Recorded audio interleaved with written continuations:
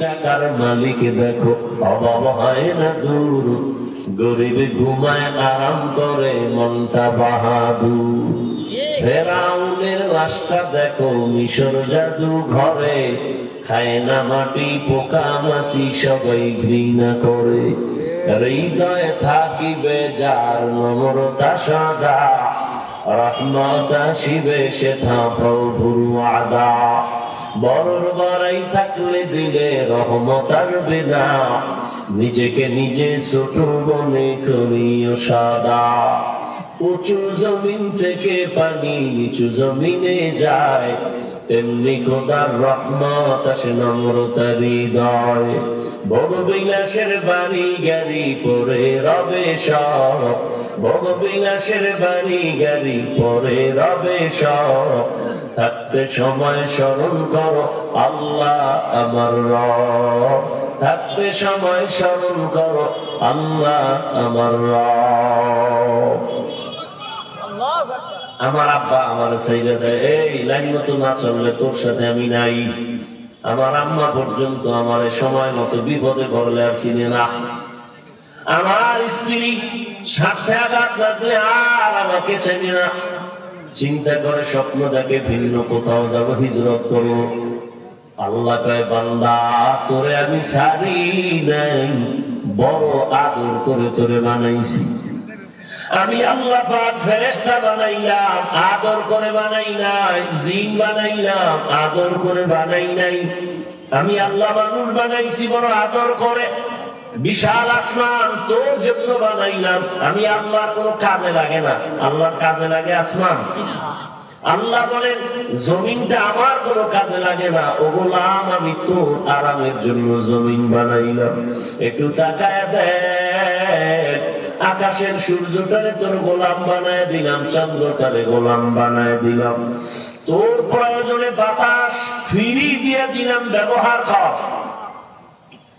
নিঃশ্বাসে সমস্যা, হসপিটালে যাও, পাইপ লাগাইয়া অক্সিজেন নাও, 3-4 ঘন্টার অক্সিজেন 1 লাখ টাকা হিসাবহীন, অনেক টাকা চলে আসে।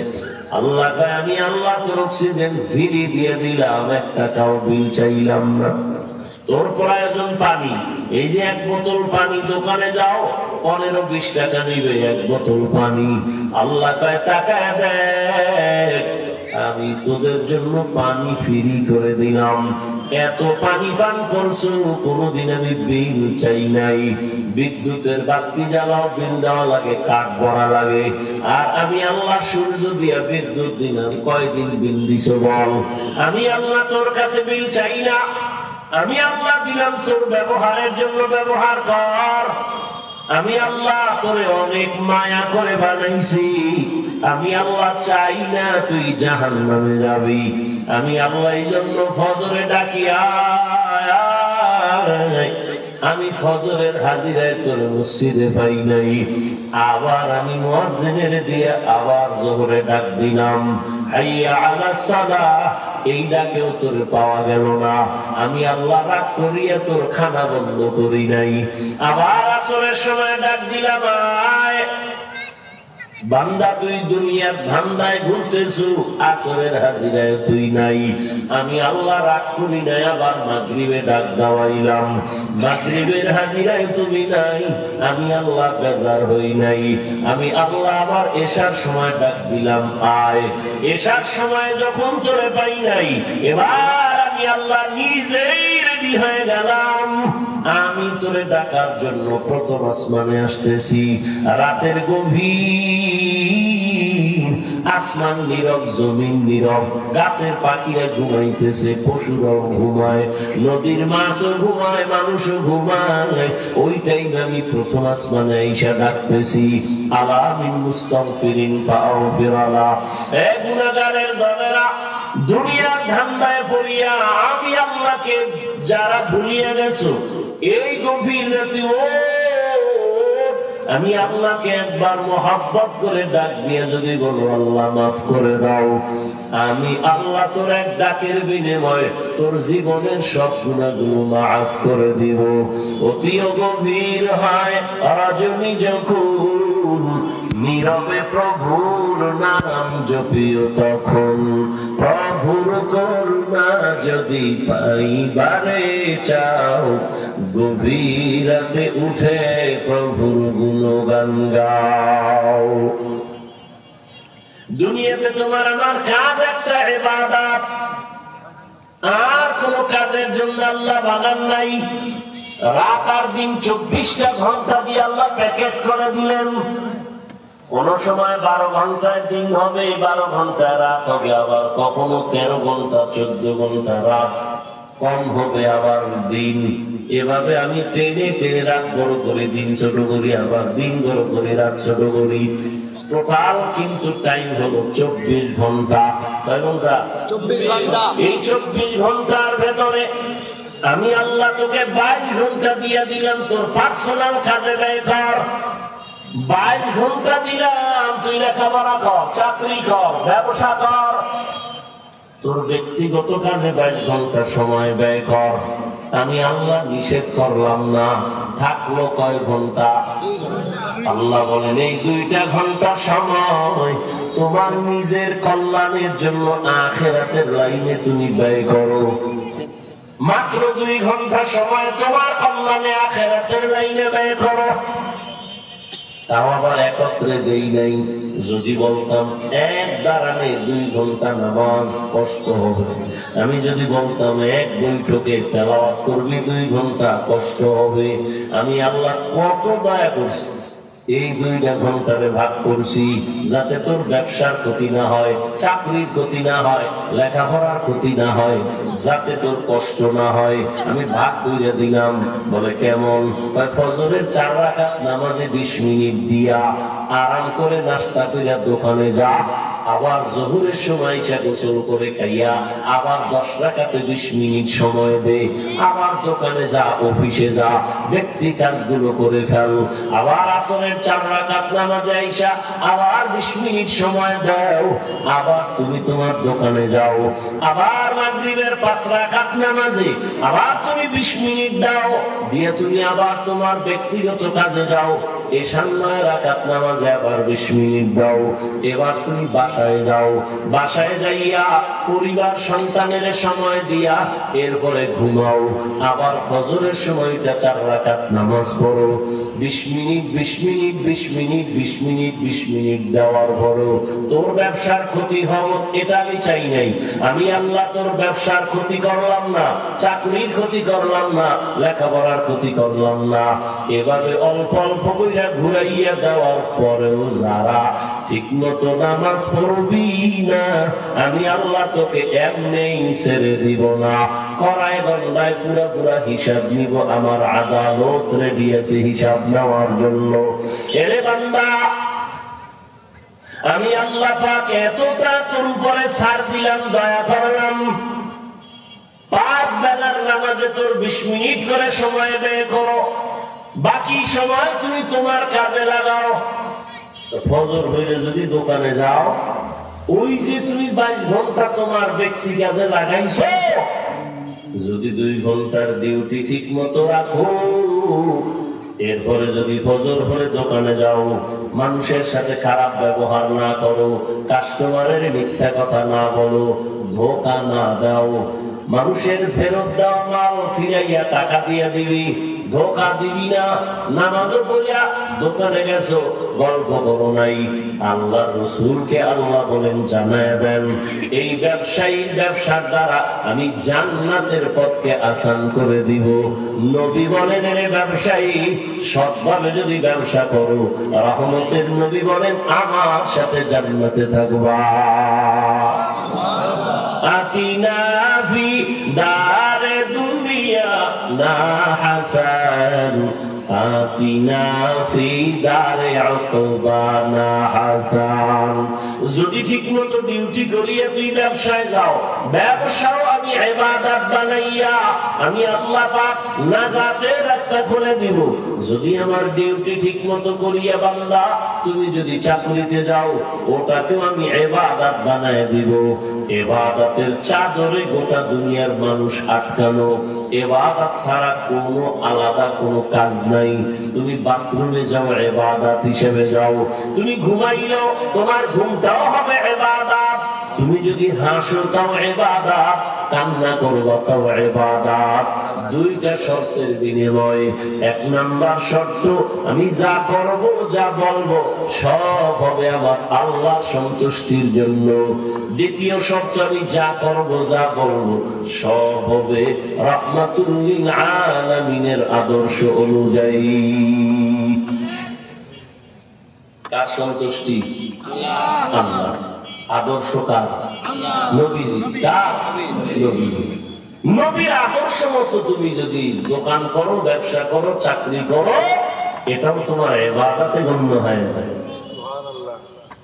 নবীর আদর্শ মতে তুমি পানি পান করো, ইবাদতে গণ্য হয়ে যাবে, সওয়াব, ইবাদতের পরিণাম ফল জান্নাত। এটা কষ্ট। দুনিয়ার কাজে কষ্ট, আখিরাতের কাজে কষ্ট নেই। দুনিয়ার কাজের ফলাফলে সন্দেহ, আখিরাতের কাজের ফলাফলে কি নেই? সন্দেহ নেই। মনে করেন একটা ছেলে স্কুল কলেজে লেখাপড়া করে, কেন? সে একজন বিসিএস ক্যাডার হবে, ডাক্তার হবে, ইঞ্জিনিয়ার হবে, গ্যারান্টি আছে? বলো। ও পরীক্ষায় পাশ করার আগে মরে গেছে। আর এখন তো মনে হয় যেন ঝড় আসলে যেমন গাছপালার পাতাগুলো পড়ে যায়, ঠিক এই সমাজের যুবকগুলো ঠিক ওইভাবেই মরে যাচ্ছে। করোনায় লাশ যুবক, ছাত্র জনতার বৈষম্য বিরোধী আন্দোলনে লাশ যুবক, ডেঙ্গুতে মরে লাশ যুবক, গাড়ির নিচে লাশ যুবক, পানির নিচে লাশ যুবক, ঘুমের বিছানায় লাশ যুবক। তুমি সুস্থ, গ্যারান্টি কি কালকে এই টাইমে তুমি সুস্থ থাকবা? আর সুস্থ হইয়াই তুমি বাঁচবা, গ্যারান্টি নেই। অসুস্থ মানুষ ডাক্তার ফিরাই দিয়ে বলে মনে যা চায় খাওয়ায় দাও, আর বোধহয় টাইম নাই। সেই অসুস্থ লোকটা লাঠি হাতে নিয়ে এখনো হাঁটে, আর তার সামনে সুস্থ ছোট ভাই মরে গেছে। আমার চোখের সামনে দেখো, অসুস্থ ডাক্তার বলছে মরে যাবে, কিন্তু তার সামনে সুস্থ ছোট ভাই মরে গেল। বড় ভাই হাতে লাঠি নিয়ে সুস্থ ভাবে এখনো চলতেছে। তাহলে সুস্থতাই হায়াত বাড়ানোর কোন গ্যারান্টি? কোন গ্যারান্টি? এরে আল্লাহর গোলাম, হে যুবক বাবারা, বৃদ্ধ বাবাজি, পর্দা নানাদের মা বোনেরা, চোখের সামনে দেখতে দেখতে দেখতে দেখতে হায়াত আমার 3 ভাগের 2 ভাগ নাই। আখিরি নবীর উম্মত, সর্বোচ্চ যদি হায়াত থাকে গড় 60 থেকে 70-এর ভেতর। ও আমার কলিজার যুবক, তোমার যদি হায়াত বয়স তোমার 30 হয়, বাঁচলে আল্লাহ যদি বাঁচায় আরো 30 তুমি বাঁচতে পারো, তবে বাঁচবা কিনা সন্দেহ। কারণ তুমি মরণ লইয়া ঘুরো। মানুষ মরণ থেকে বাঁচতে চায়, কপাল কি মরণ লইয়া ঘুরে। বিশেষ করে যুবকেরা কি লয়ে ঘুরে? মরণ লয়ে ঘুরে। খালি আজরাইল আইলি কেন? তাহবিজ বেটা কেমনে কয়, যুবকদের জন্য নতুন এক মরণ ফাঁদের নাম বাইক। মরণ ফাঁদের নাম কি? বাইক। এটা উঠলেই শরীর আগুন হয়ে যায়। হ্যাঁ, এরপরে পেছনে যদি বিপরীত পাশ থাকে তাতে আরো আগুন। সকালবেলা মায়ের খায়, আম্মু আমি একটু বাজারে যাই বাগমারা। টাইম কত? 2 ঘন্টার মধ্যে চলে আসবো। যাবি কেন রে বাবা? আমার বন্ধুর সাথে মোলাকাতের জন্য। বাইক আছে তো, বিসমিল্লাহ ছাড়া তো 2 ঘন্টা কেন 4 ঘন্টা হয়ে গেল। মায়ের অন্তরে রাগারে বাড়ি মারছে। মা টেলিফোন করে, কেউ ধরে না ধরে না ধরে না। হঠাৎ করে কে যেন রিসিভ করবো, অচেনা কণ্ঠ। কে তুমি? বলে মোবাইল আলার মা। আমার ছেলেরে দাও। তোমার এই ছেলের বাবা আসেনি? আছে, বাবার কাছে দাও। মা দৌড়ায়, দেখো তোমার ছেলের মোবাইলটা কে যেন ধরছে। বাবা টেলিফোনটা ধরিয়া কানে লাগাইয়া দেখে অচেনা কণ্ঠ। কে তুমি? বলে তুমি কে? বলে মোবাইল ওনার বাবা। বাড়ি কই? ওই যে এই এলাকায় বাড়ি, অমুক জায়গায়। দ্রুত গতিতে অ্যাম্বুলেন্স নিয়ে লাশটা নিয়ে যাও। বাইক এক জায়গায় পড়ে আছে, লাশ আর এক জায়গায় পড়ে আছে। তাড়াতাড়ি লাশটা নিয়ে যাও। এ বানায় বলতেছি তাড়াতাড়ি মরতে চাও না, তুই মরতে চাও না, কিন্তু যে আকাম করতেছো এটা মরণ পাপ। মাওলায় নিয়ে যাইব তোরে ঘুরাইয়া, তুই টের পাইতেছ না। চাও বাঁচতে, কিন্তু যা কাম করো এটা তাড়াতাড়ি মরণের পথ। চাই অনেকদিন বাঁচবো, কিন্তু যা করতেছে এটা কি তাড়াতাড়ি মরার কাম। জানো তোমার হাতে মোবাইল, শিক্ষিত যুবকরা খেয়াল করিস, তোমার হাতে তুমি মোবাইল নিছো, কত মোবাইল আছে না, পাওয়ার কত। এর মাঝে মাঝে উদাহরণ দেই, কাটাখালী বা রাজশাহী কোন বাস স্ট্যান্ডে দেখবেন বাদাম বিক্রি করে, চানাচুর বিক্রি করে, আর সরকারের গালি দেন, আছে না? তো একজন যাত্রী গাই তুই সিভার গালি দাও, তো তো এটা খবর টবর কোন পত্রিকায় আইয়ে না, কেউ দেয় না। তোর এত পাওয়ার করে, ভাই পাওয়ার কি যাই দেখাই, এটা তো অত দূর আসবে না। এগুলি বলো কেন? এই জন্যই তো সিভাই বলি না, আমি রাজধানীতে গিয়ে বলতাম। রাস্তায় হাতি হাঁটতেছে, যাই এক জায়গায় দাঁড়াইছে, একটা ব্যাং চিনেন তো, ব্যাং এটা হাতিরে লাথি মারতেছে, হাতিরে লাথি মেরে ওটা ভাড়া দিলে ব্যাঙের রুশ থাকে না। একজনকে এই যে ব্যাঙের ভিতরে পাওয়ার কি দেখো তো, তদন্ত কমিটি করলো, খুঁজে খুঁজে দেখে ব্যাঙের পাশার ভিতরে আইয়ুব খানের পয়সা লাগানো। এই পাওয়ারে হাতির সাথে লাথি, ফাঁকে ফাঁকে ফট করে একটা লাথি, ফট করে একটা লাথি। এখন আবার বাদ মারার কেউ যদি কয় হাফিজ ভাই ঘটনাটা কোরআন শরীফের কত নম্বর আয়াতে আছে, এরকম তাফসীর আছে, বহু তাফসীর বলে দিয়েছে। তো মারাটার মারো কেন, কয় লড়ে কেন, আছে না? ভাই দাওয়া আলহামদুলিল্লাহ, তোর বাড়ি কেন?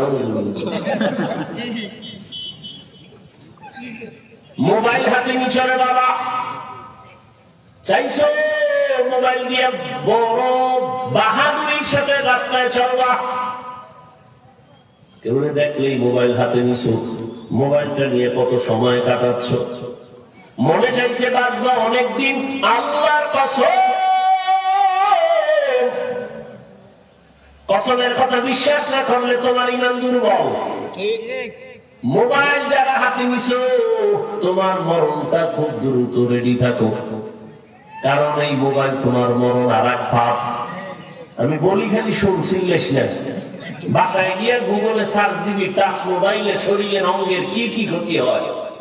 অনেক হুজুর নাই, সব তোদের আপন কলিজার গার্ডিয়ান, অভিভাবক, চিকিৎসা বিজ্ঞানীরা ওখানে আছে, সব থিওরি দিয়ে রাখছে। আমি বলি ওরা মিলাবি, গুগলে গিয়ে আজকে বলি, শুনতে থাক। সারা রাত এই মোবাইল চালাইয়া দরজা জানালা বন্ধ করে কি দেখছো? আমি হাফিজুর রহমান রাত্রে ঘুমাইতে পারি না। কেন? মানুষের পায়ে ধরে ধরে বয়ান করি, বাসায় যাইতে যাইতে ফজর হয়ে যায়, ঘুমাইতে পারি না। ফজরের পরে একটু ঘুমাই, আবার দৌড় দিলাম রাজশাহী বয়ান। এইভাবে কষ্ট করে রাত মারলাম, অথচ রাতের ঘুম শরীরের ঔষধ, অমূল্য একটা ঔষধ রাতের ঘুম। তুইও আমার মতো ঘুমাও না, কিন্তু তুই করো কি? আমার মতো অস করো না সারা রাত আকাম করো? মোবাইলটা হাতের মধ্যে নিয়ে সারা রাত কবিরা গুনাহ, কবিরা গুনাহ, কবিরা গুনাহ দেখে দেখে এখন কে বলবে তোকে? আমি বলে দিলাম, তোর চেহারার মধ্যে কোনো নূর নাই, চেহারাটা পুরাটাই মলিন অবস্থা, কোনো উজ্জ্বলতা নাই, কোনো আলো নাই। শুধু কি তাই, এই চেহারা নষ্ট করলো এই মোবাইল, রাতের ঘুম নষ্ট। এরপরে মোবাইলের কারণে তোমার যৌবন শেষ, লেখাপড়াও ভাটা লাগছে, তোমার চরিত্রের তো নাই বললেই চলে। এবার আসো তোমার দেহ, এই মোবাইলের কারণে চোখের পাওয়ার নাই, কানের পাওয়ার কমছে, মেধা কমতেছে, হার্ট দুর্বল, কিডনি দুর্বল, এগুলো গুগলে সার্চ দিয়ে দেখবি। এরপরে বাস্তবে যদি দেখতে চাও হসপিটালে যা, গত বছরের কিডনির পার্সেন্ট দেখ, এইবার গিয়ে দেখবি কমতেছে। গত বছরের হার্টের হালাত দেখবা, এখন গিয়ে দেখবে এক বছরে অনেক ড্যামেজ হয়ে যাচ্ছে। লেখাপড়া ধ্বংস। এই মোবাইলের কারণে তোমার মায়ের সাথে বেয়াদবি করেছো, কত সন্তান বাবার সাথে বেয়াদবি। এই মোবাইলকে কেন্দ্র করে কত সন্তান শিক্ষকের সাথে বেয়াদবি, আলেমের সাথে বেয়াদবি। এই মোবাইলকে কেন্দ্র করে কত সন্তান মায়ের টাকা চুরি করে, বাবার টাকা চুরি করে, না পারলে বন্ধুর পকেট মারে, বন্ধু যদি না দেয় দোকানে চুরি করার ষড়যন্ত্র কল্পনা করে। মোবাইলের কারণে তোমার জীবন শেষ, যৌবন শেষ, লেখাপড়া শেষ, চরিত্র শেষ। এখন তুমি যে আরো 30 বছর বাঁচবা, পঙ্গু হয়ে বিছানায় বাঁচতে হবে। কারণ যেই পরিমাণ তাজা পাস তোমার দরকার ছিল আল্লাহ দিছিলেন, কিন্তু তুমি অকালে পাস নষ্ট করে ফেলেছো। চোখের পাওয়ার নিজে নিজে নষ্ট করে ফেলেছো, কানের পাওয়ার নষ্ট করেছো, হাত দুর্বল করে ফেলেছো। এই মোবাইলের কারণে তোমার চরিত্র নাই, তোমার লেখাপড়া নাই। এখন আল্লাহ না করুন, যদি এই মুহূর্তে কোন যুবক মরে যাও, বালিশে মাথা লাগে একটু ভাবিস, হাবিস ভাই কি বলে গেল। এখন যদি মরে যাও, মনে হয় যেন মা অন্তরে খুশি হয়ে যাবে, কারণ একটা দুশ্চরিত্র ছেলে মরে গেল, আমি বড় বিপদ থেকে বেঁচে গেলাম। কারণ ওর চরিত্রের কারণে মানুষ আমারে লজ্জা দেয়, মুখ দেখাইতে পারি না। তাহলে 30 বছরের তোর অর্জন কি? মা বাবার বরদোয়া। তুই মরলে খুশি, শিক্ষক খুশি, আলেমরাও খুশি। তাহলে এই জীবনে কামাই করলি বরদোয়া। কিন্তু ভাবতে দেখাও তুই বড় বুজুর্গ বাহাদুর, তো কেমন কপাল নিয়ে দুনিয়াতে আসলা রে বাবা, যে মরে গেলে মা বাবা খুশি হবে তোমার চরিত্র এত খারাপ হয়েছে, শিক্ষক খুশি হবে তোমার চরিত্র এত দুর্বল। কে বলবে এই কথাগুলো? কে শুনবে? কে মানবে? এরে আল্লাহর বান্দা, আমিও তো তোমার মতো একটা যুবক, আমিও তো তোমার মতো পারতাম প্যান্ট শার্ট টাই লাগায় নাচগান করতে, কেউ বাধা দিত না রে বাবা। এই যে আমি তোমাকে বয়ান করতেছি, একবারও কিন্তু বলি নাই আমি ঢাকা থেকে আসছি, আমি পাস করলি ওলা হুজুর তুমিও পাস করলি দাও, না হয় তোমার কপাল খারাপ হয়ে যাবে। একবারও বলি নাই, ভয় করিও না, বলবো না। আমি কওমি মাদ্রাসার সন্তান, একবার বলি নাই তুমি কওমি মাদ্রাসায় না পড়লে তুমি জাহান্নামে যাবে। আমি দাওয়াত ও তাবলীগের লাইনের সন্তান, আমি পীরের মুরিদ। আমি একবারও বলি নাই তুমি পীরের কাছে যদি না যাও, দাওয়াত ও তাবলীগে না যাও, তুমি জাহান্নামী হবে। একবারও বলি নাই। বরং আমি বুকে সাহস নিয়ে আমার কলিজার যুবকদের বলে যাই, শুনে রাখো, তুমি স্কুলে পড়ো আলহামদুলিল্লাহ, কলেজে পড়ো আলহামদুলিল্লাহ, চাকরি করো, ব্যবসা করো, ধন্যবাদ, দোয়া করে গেলাম। এতগুলো মানুষের আমিন ফেরত যাবে না, দোয়া করে গেলাম। তুমি একজন ডাক্তার হও, ইঞ্জিনিয়ার হও, প্রফেসর হও, ব্যবসায়ী হও, চাকরিজীবী হও, হুজুর হওয়া লাগবে না। আমাদের দেশে হুজুরের অভাব নাই, মাওলানার অভাব নাই। যত মাদ্রাসা, ছাত্র অনেক বেশি, জায়গা নাই, ঘুমের জায়গা নাই, গোসলে কষ্ট, খানায় কষ্ট। স্কুল কলেজ বাদ দিয়া আমাদের মাদ্রাসায় এসে তোমাদের ভিড় জমানো দরকার নাই। বরং আমি হাফিজুর রহমান সারা দেশে বলি, আমার দেশে ডাক্তারের অভাব, ইঞ্জিনিয়ারের অভাব, প্রফেসরের অভাব। তবে ওই ডাক্তার আমি চাই না যেই ডাক্তার বেয়াদবি করিয়া তাসলিমার মতো জুতা খায় পালাতে হবে। এই ডাক্তার আমাদের দরকার নাই। ওরে এমন প্রফেসর চাই না যে ঢাকা কলেজের প্রফেসর আহমদ শরীফের মতো কবর হবে না। এমন সান কপালিয়া যে মরার পর কবর হয় নাই, কেউ যে জিয়ারত করবে এই কপালও আর নাই। নাম কত সুন্দর আহমদ শরীফ, কাম কত ঝামেলা। নাম সুন্দর তাসলিমা নাসরিন, কাজগুলো সব মারাত্মক। নাম কত সুন্দর হাসানুল হক, হ্যাঁ কত সুন্দর নাম। নাম কত সুন্দর রাশেদ খান, হ্যাঁ কত সুন্দর, কাজগুলো সব আপত্তিকর। তাসলিমা নাসরিন কত সুন্দর নাম, মুসলমানের ঘরে আইসা এমবিবিএস ডাক্তার পর্যন্ত হয়েছে। গবেষণা কইরা কয় নারীদের উপরে পর্দার আইন কেন? একচেটিয়া এটা নারীর উপরে জুলুম করেছে, আল্লাহ বড় জালেম। নাউজুবিল্লাহ আসে না? এর পর্দার আড়ালের আম্মা জান, ও আমার যুবক, দুনিয়াতে তোমার আমার কাজ একটা ইবাদত। তুমি ডাক্তার হও, ডাকাত হইও না। ইঞ্জিনিয়ার হও, আদর্শবান ইঞ্জিনিয়ার হইও। তাহলে দাম কেমন? বাগমারার রাজশাহী না, আমি কসম করে বলে গেলাম, লিখে রাখিস। আল্লাহর মহব্বত নিয়ে মা বাবার দোয়া, শিক্ষকের দোয়া আর উলামায়ে কেরামের নেক নজর দিয়ে যদি ডাক্তার হতে পারো, বাংলাদেশের মধ্যে তোমার সুনাম ছড়াবে ইনশাআল্লাহ। আল্লাহ পারে না? এরকম সুনাম ডাক্তার নাই, এরকম সম্মানিত ইঞ্জিনিয়ার নাই। তুমি পারো না কেন? কবি নজরুলের ইতিহাস পড়ো, কত গর্ব করো। তোমার মতো সারা রাত কবি নজরুল যদি সারা রাত মোবাইলে গুনাহ করত, জীবনে কোনদিন কবি নজরুল হতে পারত না। ও আমার কলিজার যুবক, তুমি ডাক্তার হও, ইঞ্জিনিয়ার হও, প্রফেসর হও, ব্যবসায়ী হও, চাকরিজীবী হও, আমার ছোট্ট দাবি বেয়াদব হইও না। মা বাবার সাথে বেয়াদবি করবা না, মরার আগে জীবন নষ্ট হবে। শিক্ষকের বদদোয়া নিও না, নিলে শিক্ষার জগৎ থেকে হারায়া যাওয়া। কোনদিন আলেমের বদনজর নিবা না। যদি আলেমের বদদোয়া তোমার কপালে লাগে, জীবনে সুন্দর চরিত্র আর পাইবা না। এবার একটু বাস্তবে তাকাইয়া দেখো বাবা, তোমার মতো যুবক জীবনে মাদ্রাসায় পড়ে নাই, আলিফ বা তাও জানে না, এমন যুবক তাকায় দেখো স্কুলে পড়ে, কলেজে পড়ে, 5 বেলার নামাজ পড়ে, সত্য বলো আসেনি? বাস অশেষ, তোমার জন্য অশেষ। একটা কথাই তোমার জীবনে পরিবর্তন হবে, না হয় কপাল ভুলে যাবে। কপাল যদি ভুলে যায়, আমি হাফিজুর রহমান কেন, মক্কা-মদিনার ইমাম কেন, স্বয়ং রাসূল বয়ান করলেও কপাল খুলবে না।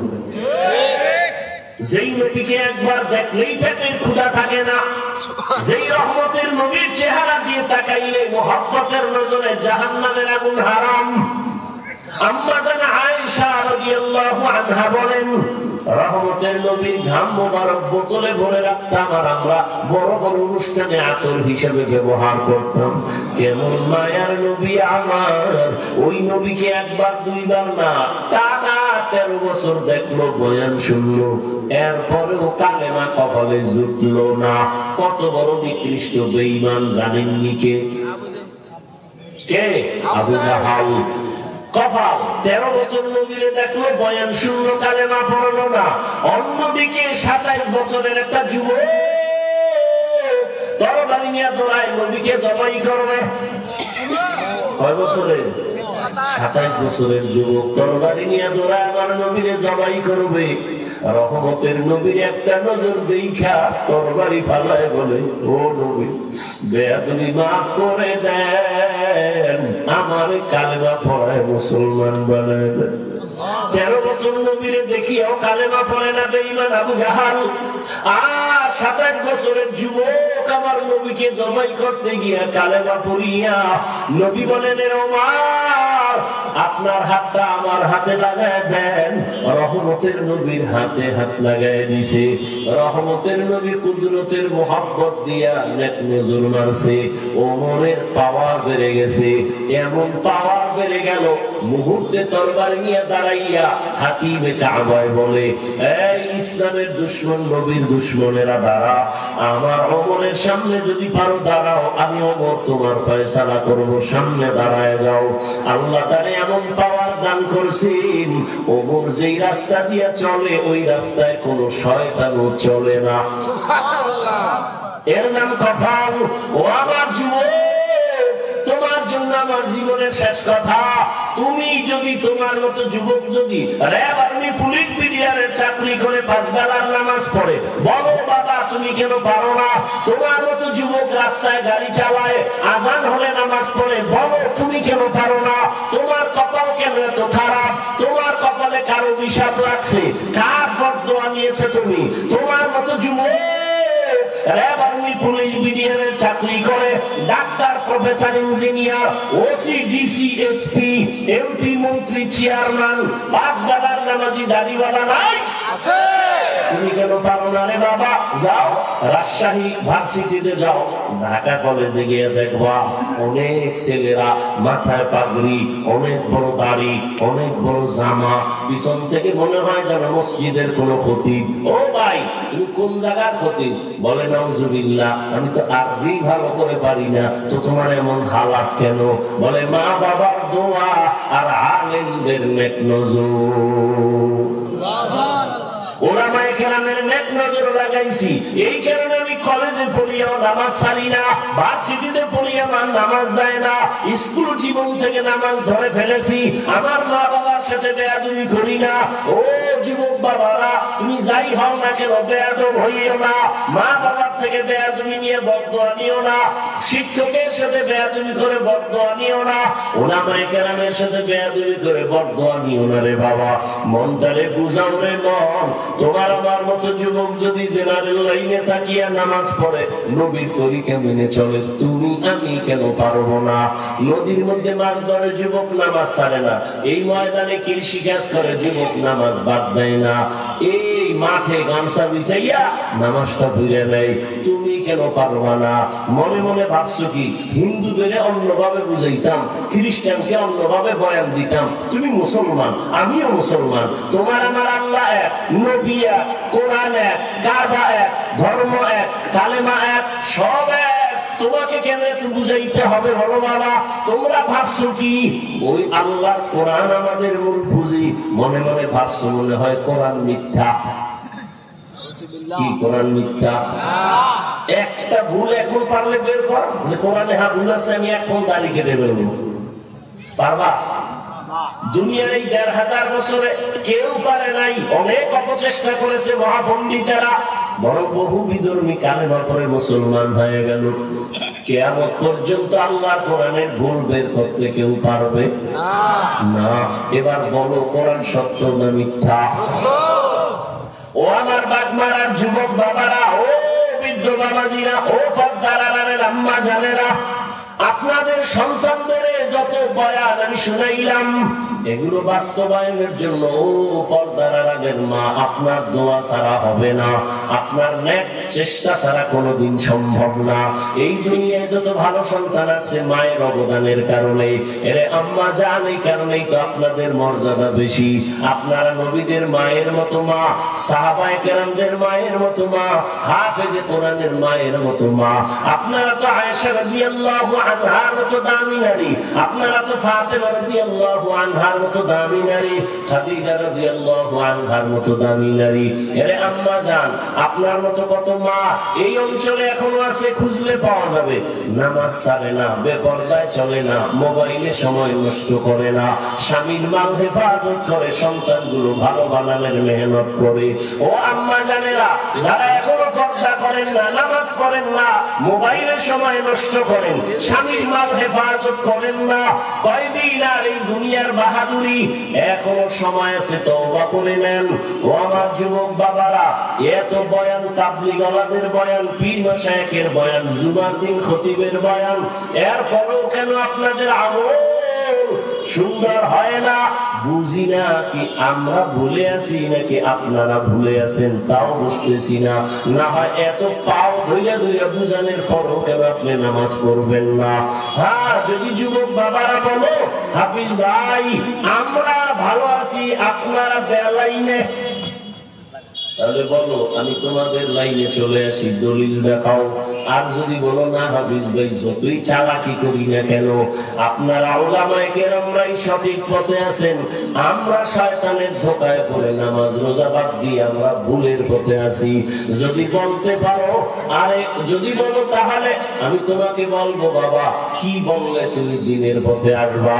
আরে মানুষের শখ থাকে, নাচ গান দেখলে জানি কি মজা থাকে না, সব ওই সব আমার অন্তরও আছে, গুনাহের আকর্ষণ সবার মধ্যে আছে, কিন্তু আমি তো একবারও দেখলাম না, পর্দা ফালায় দিছি, আর দোয়া চাই আল্লাহ যেন ওই থেকে ফিরে। আর তোমার তো সব মিটেইছো, কতবার নাচ গান দেখলা, কত রাত মোবাইল চালাইলা, কতবার পার্কে পার্কে ঘুরলা, মনে চাইছে নামাজ পড়বে না, পড়ো নাই, মনে চাইছে দাড়ি কাটবা, কেটে ফেলেছো। আরে ভাই কত, আর কি তো তোমার শখ এখনো মিটে নাই, আর কতদিন তুমি নামাজ ছাড়লে তোমার আশা মিটবে, তারপরে তওবা করবা, আর কতবার দাড়ি কাটলে তোমার আশা মিটবে, তারপরে তওবা করবা। জীবনে তো কম বেপরদায় চলো নাই, আর কতদিন বেপরদায় চললে তোমার মনের আশা পূরণ হবে, তারপরে তুমি তওবা করবা। এবং এটাও বলো তোমার হায়াতের আর বাকি কত, এখনো সময় আছে, তওবা করে নাও। আল্লাহর কাছে মনে বুঝাইয়া বলো, এরে মন, আমার মতো যুবক জেনারেল লাইনে থাকিয়াও যদি নামাজ পড়ে, দুনিয়ার লাইনে চাকরি করে, ব্যবসা করে, আমি কেন পারবো না? আল্লাহকে মনে মনে তওবার নিয়তে বলো, হে মালিক, জীবনে গুনাহ তো কম করি নাই, কতবার নামাজ ছাড়লাম, বেপরদায় চললাম, আজকে থেকে তৈরি হয়ে গেলাম, জীবনে আর নামাজ ছাড়বো না, বেপরদায় চলবো না, আর দাড়ি কাটবো না, মা বাবাকে কষ্ট দিব না, শিক্ষকের বদদোয়া নিব না, উলামায়ে কেরামের দোয়া নিয়ে নবীজির তরিকা মেনে চলবো। তওবার নিয়ত করিয়া যদি খাঁটিভাবে এখন আল্লাহকে বলতে পারো, আল্লাহ তাআলা তোমার আমার জীবনের সব গুনাহগুলো মাফ করে দিবেন। তবে তওবা করার মতো তওবা করতে হবে। মরিয়ে গেল আর নামাজ ছাড়বো না, বেপরদায় চলবো না। তোমার মতো যুবক, কত যুবকের ব্যবহার কত সুন্দর, সালাম দিয়ে কথা বলে, কত নরম, আজান হলে মসজিদে চলে যায়, মন এতটাই ভালো লাগে, তখন মনে চায় পা আমার রুমাল দিয়ে মুছাইয়া দেই। আর কিছু যুবকের হালাত বড় খারাপ, আজান হলে ও মোবাইল চালায় আরো জোরে, আজানের জবাব নাই, নামাজের টাইমে গান বাজায়, বাধা দিলে উল্টা হুজুরদের গালাগালি করে, আছে না নাই? ও আল্লাহর বান্দারা, বয়ান তো তুমিও জানো, কি বয়ান আমি করবো? এরে আমার যুবক, এখনো তওবা করে নাও, জীবনটারে এখনো সময় আছে, সাজাও। ভালো একজন আদর্শ যুবক হইয়া জমিনে যদি দাঁড়াইতে পারো, তোমার বংশের সুনাম হবে, এলাকার সুনাম হবে, ওস্তাদ তোমার শিক্ষকেরাও গর্ব করে দোয়া করবে, মা বাবার দোয়াও তুমি পাইতে থাকবা। তওবার নিয়ত যদি করতে পারো রে বাবা, এমন আল্লাহর বান্দা, জানি না কার কপালটা কেমন। একটু আগেই কিন্তু বলেছিলাম, কপাল পুরলে নবীজির বয়ানও কপাল খুলে না। আবু জাহালের কথা বললাম, আর কপাল যদি খুলিয়া যায়, নবীকে জবাই করতে আসিয়াও ওমর কালেমাওয়ালা হয়ে গেছে। জানি না এই ময়দানের যুবকদের কি হালাত, কে ওমরের মতো তওবার নিয়ত করবে জানা নাই, তার কপালটা একেবারে পুড়ে যাবে তাও জানা নাই রে বাবা। তবে অনুরোধ করে বলবো, উলামায়ে কেরামের মজলিস বড় দামি মজলিস, বেহেশতের বাগান, এখনো সময় আছে। জীবনে তো গুনাহ কম করো নাই, এখন আমার আল্লাহকে বলো, আল্লাহ, দুনিয়াতে আসিয়া এই বয়সে কম গুনাহ করি নাই, হাতের দ্বারা গুনাহ, চোখের দ্বারা গুনাহ, জবানের গুনাহ, অন্তরের কল্পনার গুনাহ, আজকে থেকে তওবা করে নিব, জীবনে আর নামাজ ছাড়বো না, বেপরদায় চলবো না, উলামায়ে কেরামের পরামর্শ নিয়ে নবীর তরিকা মেনে চলবো। তওবা করার মতো যদি কারো অন্তর তৈরি হয়, আল্লাহ নবীর আদর্শ মেনে চলবো, নবীর আদর্শের বাইরে চলবো না। এরে বাবা, এই যে পানির বোতল আমার সামনে টেবিলে, তুমিও পানি পান করবা পিপাসা নিবারণের জন্য, আমিও আমার পিপাসা নিবারণের জন্য পান করব। তবে ইবাদত বানায় করো, সওয়াবও হবে, পিপাসাও মিটবে, কষ্টের কিছু না।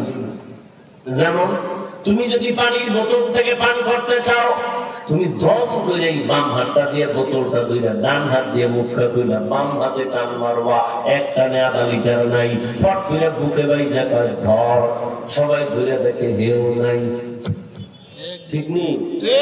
এখন ইবাদত মানে আমি পানি পান করবো, তো আমার সিস্টেম কি? রাসূলের আদর্শ, ডান হাত যাবে, বাম হাত যাবে না। এবার ডান হাতে আমি বোতলটা নিয়া আধা লিটার পানি আমি এক টানে পান করবো না, 3টা স্টেপ আমি পান করবো, পিপাসাও নিবারণ হবে, নবীর আদর্শ অনুযায়ী ইবাদত হয়ে যাবে। জুতা তুমিও পরো, আমিও পরবো, ইবাদত বানায় পরো, তাই তো হলো। ডান জুতায় ডান পা আগে ঢুকাইবা সুন্নাত, এরপরে বাম পা বাম জুতায় ঢুকাও সুন্নাত, দোনো পায়ে জুতা ঢুকছে, এবার কদম দিবা ডান পা দিয়া সুন্নাত। কষ্টের জিনিস? সহজ। বাথরুমে যাও না, আমিও বাথরুমে যাব, নবীর তরিকা মতো যাও, ইবাদত হবে। বাম পা দিয়া বাথরুমে যাও, খালি মাথায় যাইও না, খালি পায়ে বাথরুমে যাইও না, কারণ বাথরুম হলো জিন শয়তানের আড্ডাখানা, ওখানে গিয়ে অনেকে চিতয়ে হইয়া মাথা ফেটে যায়। না, নবীর আদর্শ মতো যাও, কোনোদিন কোন অ্যাক্সিডেন্ট হবে না, দুর্ঘটনা হবে না। বাম পা দিয়া ঢুকো, ঢোকার আগে দোয়া পড়িয়া ঢুকো, কিছু যদি না করো বিসমিল্লাহ বলে ঢুকো।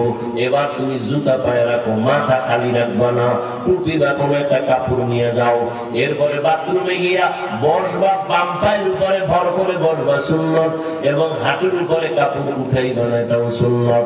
এবার তুমি ডান পা দিয়া বের হইয়া আল্লাহর শুকর আদায় করো, আলহামদুলিল্লাহ।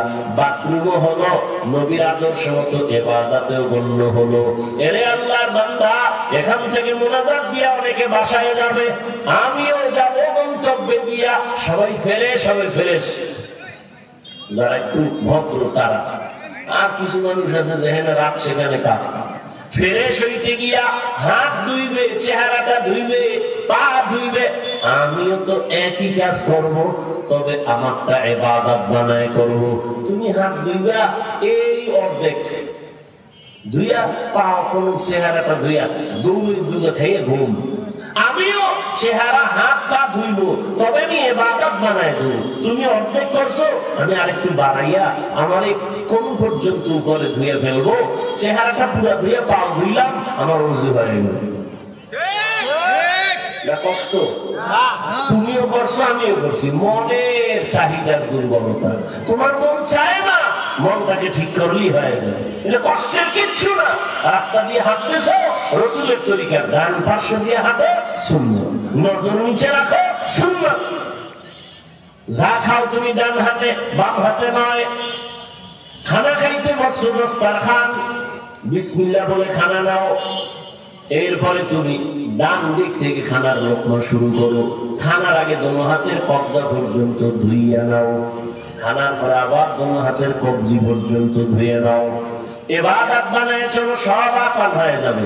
দোকানদারি করো, নবীর আদর্শ মতো চলো, নবীর আদর্শে তুমি ব্যবসা করো, নবীর আদর্শে তুমি চাকরি করো, দেখবা তোমার সব কাজ ইবাদত হয়ে যাবে। জান্নাতে ঢোকা তোমার জন্য সহজ হবে। অতএব আমি অনুরোধ করে বলবো, ও পর্দার আড়ালের আম্মা জানেরা, বোনেরা, ও বাবাজিরা, আপনার মতো কত বুড়ারা মসজিদে গিয়ে নামাজ পড়ে, আপনি কেন পারবেন না?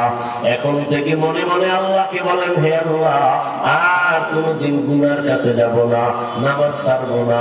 মা বাবার দোয়া নিয়া, ওলামায়ে কেরামের পরামর্শ নিয়া, শিক্ষকদের দোয়া নিয়া নবীজির তরিকা মেনে চলবো।